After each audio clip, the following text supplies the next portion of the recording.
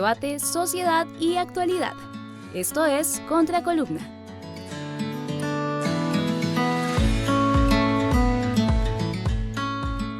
Muy buenas tardes para todos los que nos ven y nos escuchan en este momento, a Contraportada, al compañero Álvaro, a nuestra compañera que está en el equipo de trabajo. Decirles pues que es muy importante poder participar con ustedes, agradeciéndoles mucho poder que ustedes tengan nuestras opiniones, no solamente como individuos, sino como colectivos que nos movemos al interior de organizaciones sociales y también de nuestro país. Bueno, vamos a trabajar 3 puntos. Uno, el que tiene que ver con la coyuntura y situación política internacional y nacional. 2, el que tiene que ver con el tema de la Asamblea Nacional Constituyente. Y 3, con el tema que tiene que ver con el salario mínimo vital en Colombia, que ha sido de bastante trabajo y polémica en el país. Bueno, frente al tema de la coyuntura política internacional, nosotros y particularmente creo que un elemento central con lo que ha empezado el 2026 y que terminó el año 2025 fue con toda la ofensiva y agresión del imperialismo en el mundo, pero particularmente el imperialismo norteamericano en América Latina y el Caribe. En los meses de septiembre, octubre, se hace una situación, una presencia militar muy fuerte en el Caribe latinoamericano y caribeño. Y obviamente esta situación denota y se presenta con una agresión, un ataque militar a Venezuela el 3 de enero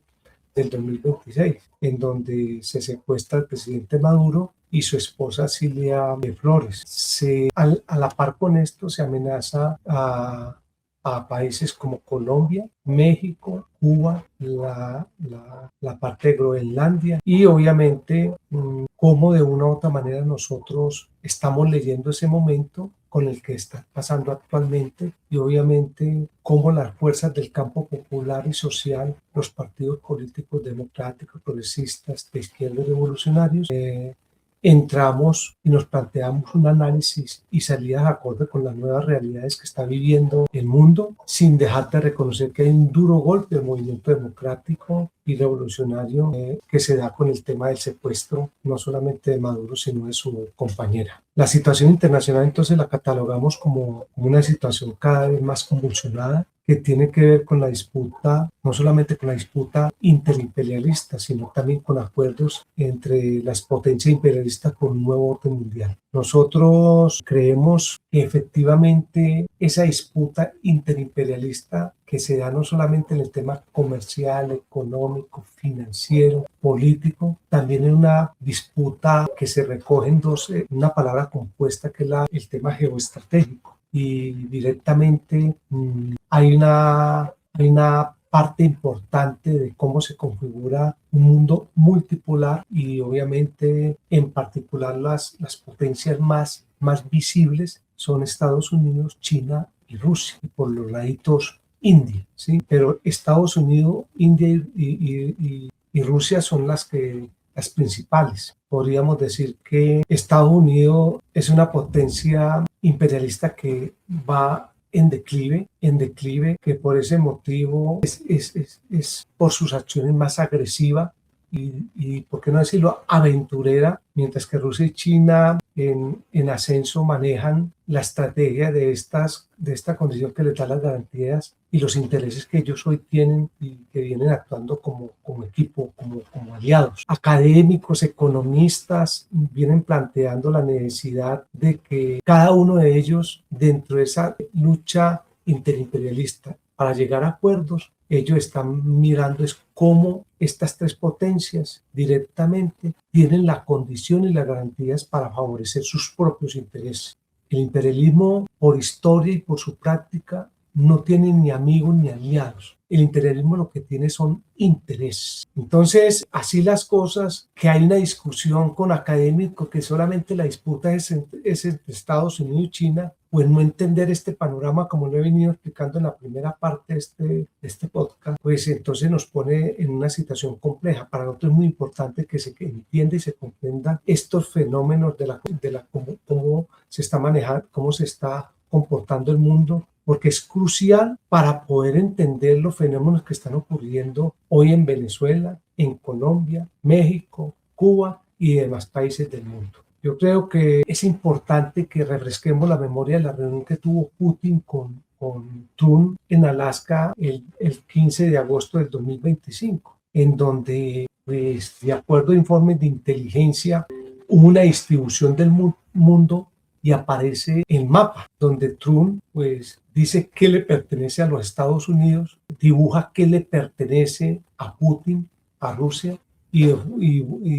dibuja que le pertenece a China. Y obviamente ese mapa la entrega un analista ruso, Andrei Milyanov, así es el apellido del hombre,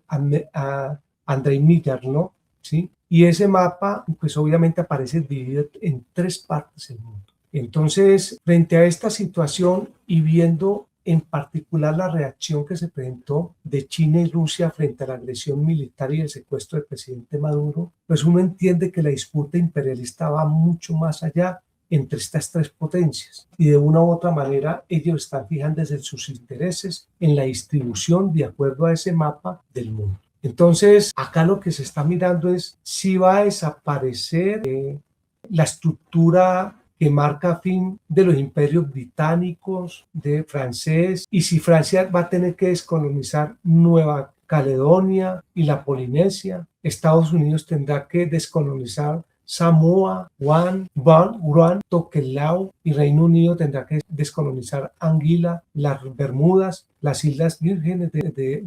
Británicas, las Islas Caimán, las Malvinas, Gibraltar, Montserrat, Santa Elena, las Islas Turcas y los Caicos. Eso tendrá que concentrarse muy rápidamente, ¿sí? Y más que concentrarse, concretarse rápidamente. Si Francia y Reino Unido y Nueva Zelanda quieren conservar algún tipo de estas colonias que ellos han tenido, pues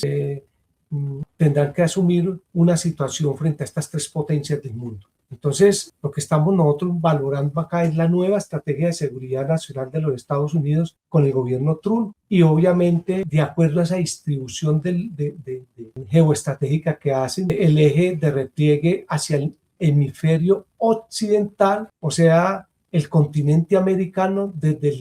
el Ártico hasta el Antártico, ya no solamente desde Canadá hasta la tierra de juego en Argentina y Chile, dejando a Ucrania. Escúchenme bien,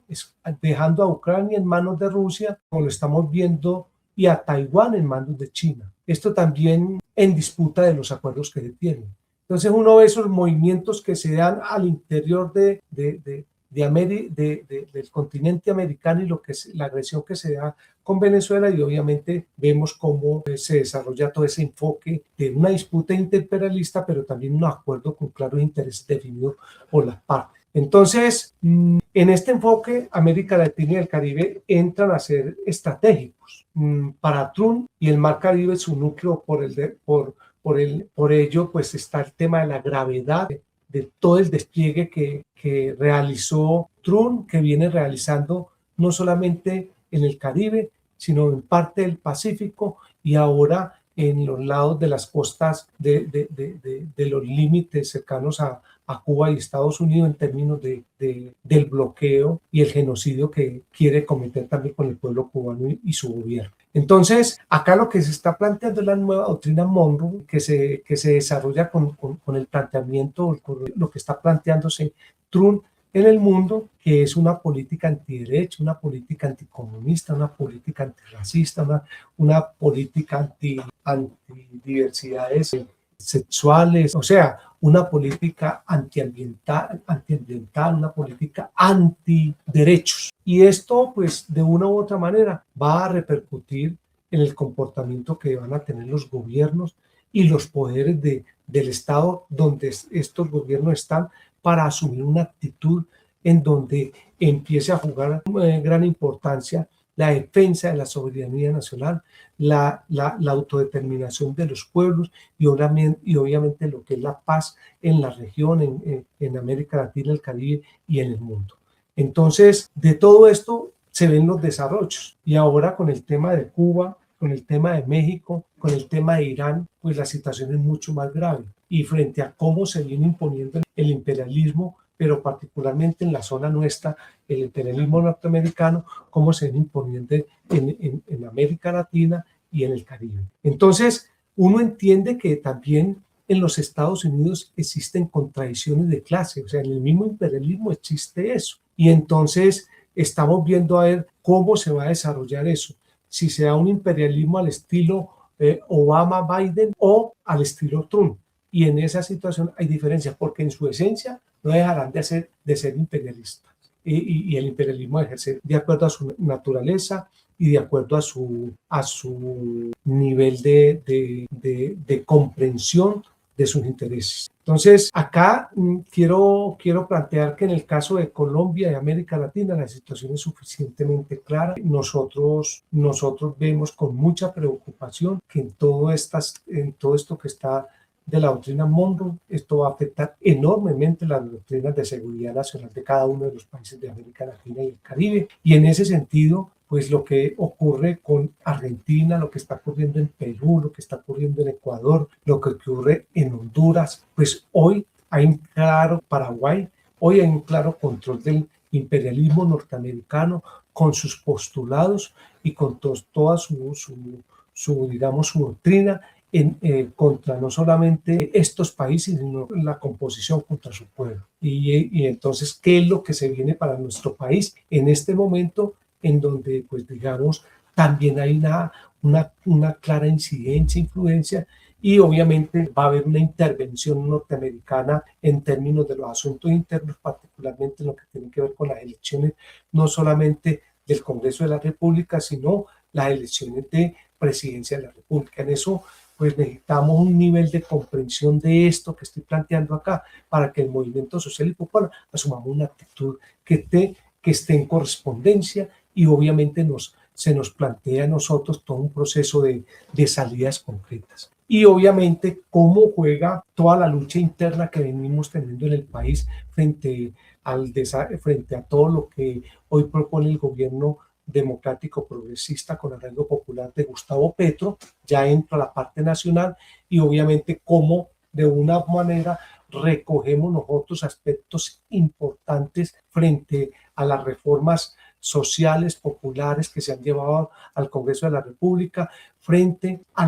la experiencia que se ha tenido con este gobierno, frente a las definiciones de políticas públicas de este gobierno, frente a las definiciones de política pública internacional de Gustavo Petro, y esa lectura como la tenemos nosotros que equilibrar frente al momento político y electoral que se tiene en el país para las elecciones, no solamente de las cámaras de representantes, sino del Senado de la República y Presidencia de la República. Frente a todo esto, la situación, el panorama no es fácil. No es fácil porque de una manera directa, el gobierno, el movimiento social y popular tiene niveles de dispersión, tiene niveles de atomización que implican que no le den salidas de proyección para profundizar este proyecto político, democrático y progresista en términos de la democracia, en términos de la soberanía, en términos de la autodeterminación como pueblos. ¿Por qué? Porque de una u otra manera el pacto histórico viene abanderando como solos lo que ellos consideran que debe ser el proyecto político. El Frente Amplio Unitario también viene ahí desarrollando cosas, sectores del Partido Verde, sectores del Partido Liberal, pero la no comprensión del momento, pues se considera que de una u otra manera una de las organizaciones que hay al lado del gobierno Petro pues va a lograr todo eso solos, y eso es imposible. Nosotros creemos que ninguna organización, ni el Pacto Histórico, ni el Frente Amplio Unitario, ni lo que es del Partido Liberal, ni lo que es del Partido Verde y otros sectores que no tienen partido porque han apoyado al gobierno democrático y progresista, van a lograr eso solos. Eso se requiere la unidad de ese movimiento social y popular para poder engrandecer esa situación. Así las cosas se vienen enfrentando a la coyuntura política, ¿cierto? Aspiramos a que la experiencia que se ha tenido con los 4 años de gobierno, con los 4 años de ejercicio en el Congreso de la República con un partido de gobierno, pues eso sirva para que no se repita los errores que se tuvieron en estos 3 años, ya casi 4 años de gobierno y de ejercicio legislativo. Y obviamente que las dificultades que ha tenido este gobierno, internas y externas, pero que también son ocasionadas por definiciones del gobierno, pues esas dificultades no vuelvan a pasar en el nuevo gobierno democrático y progresista, y lo mismo los errores se corrijan, y que en el nuevo gobierno, que nosotros estamos por eso, por ese nuevo gobierno en cabeza, en el caso concreto de Iván Cepeda, recoja toda esa experiencia de lo que no estuvo acorde al proyecto político y de lo que estuvo acorde sacarlo adelante. Entonces, en las críticas que podamos tener al gobierno, nosotros decimos que nos vamos a centrar en esta coyuntura en los aciertos y de cómo profundizamos aciertos y los mostramos a la gente, al pueblo colombiano, a los sectores sociales y populares para avanzar. Y en ese sentido entra a jugar un papel importante la Asamblea Nacional Constituyente, que es una importante mirada que se está dando en términos de cómo se requiere que la sustentemos, la venimos sustentando, ya fue aprobada, y cómo se justifica este mecanismo democrático excepcional que va a permitir al soberano, al pueblo en sí, retomar las riendas de su destino constitucional cuando los cauces ordinarios están seriamente obstruidos, como lo que ha ocurrido con los poderes del Estado, no solamente de justicia, particularmente la Corte Constitucional y el Consejo de Estado, sino también del legislativo en su mayoría. Entonces acá lo que tratamos con la Asamblea Nacional Constituyente no solamente es coger las riendas de nuestro destino en las acciones, pero teniendo la Constitución como la Carta Magna, sino también plantear de que va a profundizar el proyecto democrático progresista de izquierda y popular de Colombia, potencia mundial de la vida. Y en ese sentido se trata de profundizar la democracia participativa, donde la ciudadanía decida directamente si quiere dotarse de una nueva arquitectura institucional acorde a las necesidades. Y en ese sentido la Asamblea Nacional Constituyente con su convocatoria se plantea sin agendas ocultas ni intenciones que sean antidemocráticas, sino como un proceso autónomo y legítimo para transformar al país, y obviamente un país que viene en un proceso de transición democrática que estamos viviendo, superando inclusive aspectos que no se pudieron desarrollar en la Constitución del 91. Y entonces es muy importante que quienes nos pueden ver y escuchar que entiendan que una asamblea constituyente es la convergencia de poderes. Debemos de preguntarnos cuál poder queremos nosotros, que de acuerdo a la correlación de fuerzas, el estado del movimiento que tenemos y las condiciones concretas que estamos viviendo, podremos plantearnos si va a ser estructural o van a ser reformas que se van a hacer a la Constitución. O sea, la correlación de fuerza va a ser importante en la Asamblea Nacional Constituyente. El proceso constituyente es un proceso que va hacia el poder político y hacia el poder público. La Asamblea es sin duda un eslabón para que nuestros propósitos como pueblo, el cual debe estar claramente determinado para poder avanzar para que los poderes del Estado y no solamente el Ejecutivo, o sea, el gobierno, estén en nuestras manos. Entonces, hoy ya fue reconocida legalmente la Asamblea Nacional Constituyente en cabeza de 9 compañeros y compañeras. Y obviamente hay 9 compañeros suplentes también jugando un papel fundamental en el proceso, que tenemos un comité de impulso, un comité promotor, un vocero político, y obviamente viene a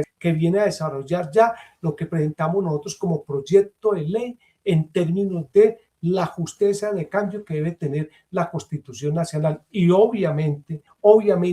para nosotros va a ser muy importante que la composición de lo que es el comité promotor y el comité de impulso sea importante en el sentido de la elección efectivamente ya en las calles de los compañeros y compañeras que nos van a representar. Eso sí, en que las leyes sean efectivamente una realidad en términos de la soberanía nacional, en términos de la autodeterminación de los pueblos, en términos de la paz interna, la paz regional, la paz del Caribe, la paz en el mundo, y obviamente en el bienestar social, en la democracia de nuestro país que debe profundizar, y obviamente la participación del pueblo en las definiciones, no solamente en la asamblea, sino en las acciones de las políticas públicas que se desarrollan por parte del gobierno y el Estado colombiano. Y el otro punto que quería tocar, en ese sentido, la comunidad internacional y el pueblo colombiano, si entendemos el momento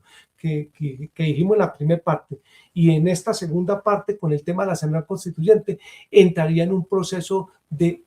comprensión de la disputa que tenemos hoy, compañeros y compañeras, con el tema de las reformas sociales, con el tema de la política pública que tiene el gobierno para que todo lo social efectivamente vaya encaminado a servirle al movimiento, al pueblo colombiano, a los trabajadores y trabajadoras. Y en ese sentido viene lo del salario mínimo vital, que para nosotros es muy importante porque va a quedar para alrededor de unas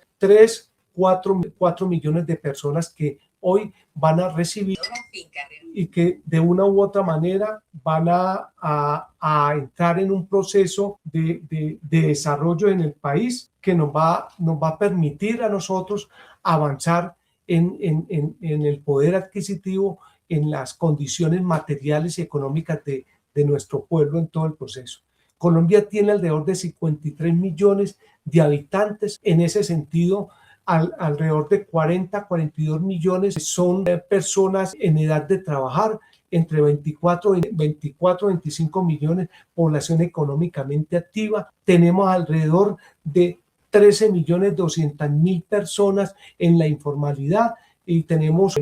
un número de compañeros y compañeras sindicalizadas de 1.300.000 personas. ¿Eso qué quiere decir? Que el trabajo que nosotros tenemos que desarrollar para seguir avanzando en el poder adquisitivo, en los salarios de las personas, cómo de una u otra manera el pueblo se organiza. Pues la única forma no son los sindicatos, pero sí pueden aportar mucho. Hay otras formas de organización de los trabajadores y trabajadoras y obviamente cómo de una manera empezamos a abonar los principios claves del convenio 131 de la OIT en términos de cómo se reconoce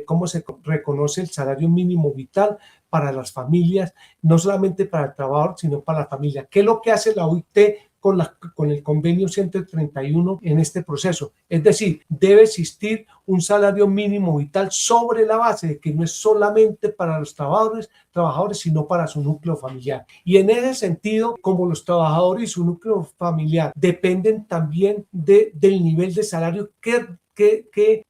reciben, del costo de vida que se tiene, de las prestaciones de seguridad social que se tienen, el nivel de vida relativo con otros grupos sociales, entonces hay otros factores de tipo económico que están incidiendo y obviamente eso es lo que recoge lo del salario mínimo vital en términos de la justeza con que este presidente de la República y este gobierno asumió la situación. Entonces, por eso es que nosotros decimos que el salario mínimo vital plantea un nivel digno a los trabajadores y a sus familias, teniendo en cuenta las condiciones concretas del país. Y en ese tema, los principios de la OIT han sido muy claros. Las variables que recogen para la estimación de necesidades que se tienen los trabajadores y sus familias son alimentos, viviendas, salud, educación, el tamaño de la familia y obviamente de esa familia quiénes son o no asalariados. Por eso para nosotros fue muy importante el decreto que saca el gobierno en términos del reconocimiento del salario que se hace de cerca de 2 millones de pesos para los compañeros y compañeras y su ratificación después de que fue el Consejo de Estado que entró en un proceso de suspensión del mismo con un auto que dicta este órgano de la justicia colombiana para detener este proceso, pero que no pudo porque de una u otra manera inteligentemente hubo una nueva reunión de la Mesa de Concertación Nacional donde tuvimos la posibilidad de participar y obviamente se ratifica esto no solamente por las condiciones políticas y económicas del país, sino porque hay una brecha muy grande desde la época en que se está pagando y se están dando el salario mínimo cómo el poder adquisitivo en cerca de 49 puntos lo había perdido los compañeros, compañeras, las personas que venían ganando el salario mínimo. Lo que hace el gobierno con el 23.7 es recortar la brecha y ponernos a que para el próximo año las situaciones ya no estén en 49, sino que estemos en unos 23, 26 puntos cerca y podamos el próximo año, si tenemos un gobierno democrático, progresista, popular y de izquierda, podamos lograr nosotros tener un poder adquisitivo acorde a ese proceso e ir nivelando hacia arriba, después del salario mínimo, los diferentes salarios que se tienen acá. Acá lo que hay, compañeros y compañeras, es una lucha por la distribución de la riqueza. Y en ese sentido, el movimiento social y popular en la Asamblea Nacional Constituyente, en lo que hemos visto de las reformas sociales y populares, tenemos que tener una cosa clara. Los trabajadores y trabajadoras, el movimiento obrero, en sus particulares, somos los que generamos la riqueza. Sin nosotros no hay producción, sin producción no hay riqueza, y si no hay riqueza, ¿qué se distribuye? Pero tenemos un lío grande. El movimiento social y popular y la gente más avesada en el movimiento sindical y movimiento social y popular no es la que hace parte en el segundo eslabón de la gente que administra y distribuye la riqueza. La gran mayoría son puros hijos de empresarios, tecnócratas, burócratas que no tienen que ver con la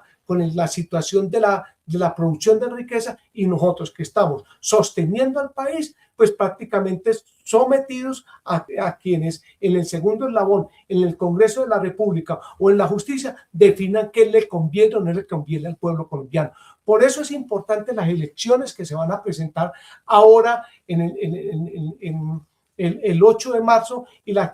primera vuelta y segunda vuelta que se van a presentar en el proceso. Estamos muy convencidos que sectores del Frente Amplio Unitario, del Pacto Histórico, sectores del Partido Verde, incluyendo el Partido Liberal y muy minúsculo el Partido Conservador, van a apoyar la propuesta del gobierno del cambio, pero fundamentalmente los sectores de izquierda, progresista y democrático, somos los que vamos a estar en ese proceso. Es un llamado que debemos de hacer. Cepeda, como una particularidad de continuidad del proyecto político Colombia, potencia mundial de la vida, no va a llegar con un solo partido. Va a llegar con la suma de los frentes democráticos, progresistas, de izquierda y en ese sentido, lo que haya de progresista en el Partido Liberal, lo que haya de progresista en el Partido Conservador, que son poquitas, pero los hay, y lo que haya de progresista en el Partido Verde, deben de hacer parte en todo este proceso. Y llamamos la atención a que le paremos bolas a esto y que el centro hoy esté en la Cámara Congreso con los compañeros demócratas, progresistas y de izquierda, pero también, compañeros y compañeras, la elección en términos de la presidencia de la República. Y en esa situación, pues obviamente nosotros acompañaremos a Iván Cepeda en el proceso, pero fundamentalmente quiero decirles esto: en la consulta no participaremos, simplemente estaremos abonando y trabajando duro el tema de Cámara, Representante y Senado de la República para que las cosas salgan bien para el país y que el gobierno que va a quedar en cabeza de Iván Cepeda pues tenga sus compañeros y compañeras en el Congreso de la República mayoritariamente. Y eso va a ser importante para que los poderes del Estado giren alrededor del proceso. Las formas organizativas del movimiento social y popular darán mucho que hablar y hacer en términos de la propuesta que hoy y en la situación que vienen poniendo el imperialismo a nivel mundial, pero particularmente el imperialismo en Colombia, de los Estados Unidos, que prácticamente lo que quiere es que nosotros continuemos siendo el patrio trasero. Pues evitemos esa situación teniendo un gobierno democrático y progresista, y en ese sentido creo que Petro ha avanzado, Cepeda va a avanzar más si logramos que este proyecto continúe. A ustedes, compañeros, por su espacio, muchas gracias y espero volverlos a tener muy cerca al compañero Álvaro, a la compañera en este grupo de trabajo y en este podcast. Muchas gracias por todo y ahí estamos. Soy Over Dorado Cardona, actualmente cumplo las funciones de secretario general de la Central Unitaria de Trabajadores CUT Colombia y hago parte de un movimiento político que tiene que ver con la defensa de los derechos de los pueblos en el país y se identifica con las siglas. Muchas gracias, compañeros y compañeros. Para adelante, y espero que en el camino converjamos en la lucha democrática, progresista, izquierda y popular en este país.